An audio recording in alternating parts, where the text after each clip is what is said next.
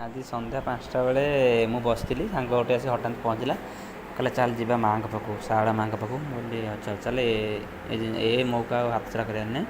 ଦୁଇ ସାଙ୍ଗ ଚାଲିଲୁ ଝଙ୍କଡ଼ବାସିନୀ ମା ଶାରଳାଙ୍କ ପାଖକୁ।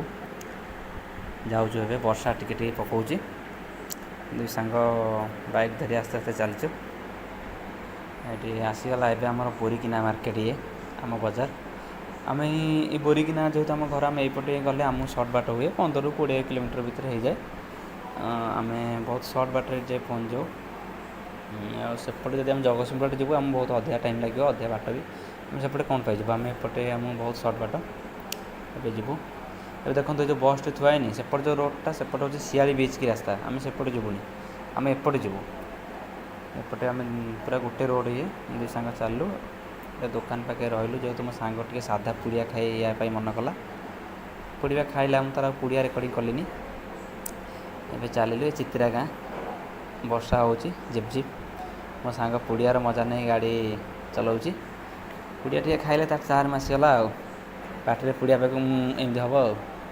ହଉ ଯାହା ବି ହଉ, ଫାଇନାଲି ସେ ଗୋଟେ ମଜା। ସାଙ୍ଗମାନେ ଟିକେ ପୁଡ଼ିଆ ଖାଇ ପାଟି କଥା ନ କହିପାରିଲେ ସେ ଟିକେ ଭଲ ଲାଗେ ଶୁଣିବା ପାଇଁ। ତାପରେ ଆଗରେ ଝିଅମାନେ ବି ଯାଉଛନ୍ତି, ତାହେଲେ ଝିଅମାନଙ୍କ ଠି ମତଲବ ନାହିଁ, ନହେଲେ ଗୋଟେ ମାଡ଼ ବି ତଳେ ପଡ଼ିବନି। ଏଇଟା ଗହିର ରୋଡ଼, ଦୁଇ ସାଇଡ଼୍ରେ ବହୁତ ବିଲ ଅଛି ଆଉ ଗହିର ଅଛି। ଆଉ ଏ ରୋଡ଼ ବି ମଜା ଲାଗେ, ବର୍ଷା ପାଗ।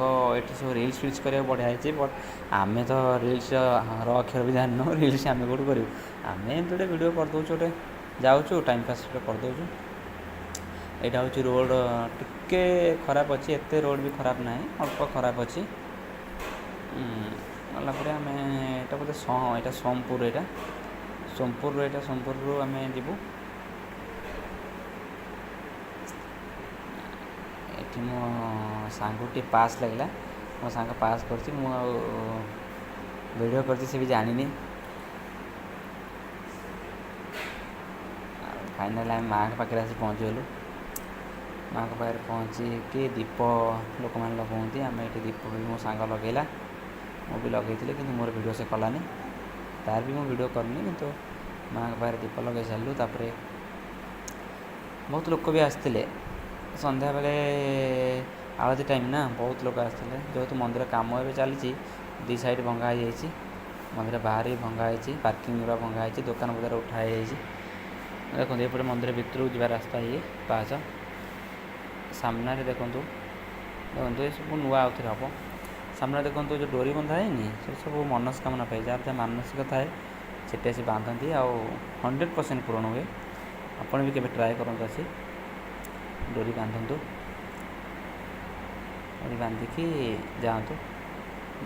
ସାଇଡ଼୍ରେ ସବୁ ଭୋଗ ଦୋକାନ, ସବୁ ସେଠି ଆରାମସେ ଭୋଗ କିଣିବେ। ଭୋଗ କିଣି ସାରିଲା ପରେ ନାଁ ଲେଖିବେ, ନାଁ ଲେଖି କେଉଁ ଏରିଆ ଆପଣ କହିବେ, ନନା ଅଛନ୍ତି ଆପଣଙ୍କୁ ନେଇ ଭୋଗ କରିଦେବେ। ସେ ଏରିଆର ନନା ବି ଅଛନ୍ତି, କିଛି ଅସୁବିଧାର ପ୍ରଶ୍ନ ଉଠୁନି। ତାପରେ ଦେଖନ୍ତୁ ଏ ଯେଉଁ ସାମ୍ନା ଦେଖୁଛନ୍ତି, ସାମ୍ନା ହେଉଛି ରୋଷଘର, ମାଆଙ୍କ ପାଇଁ ରୋଷେଇ ହୁଏ। ଆଉ ଦିନ 1ଟା ବେଳେ ଲୋକ ବି ଖାଆନ୍ତି, ଭକ୍ତମାନେ ଯେଉଁମାନେ ଆସନ୍ତି ପ୍ରସାଦ ପାଆନ୍ତି।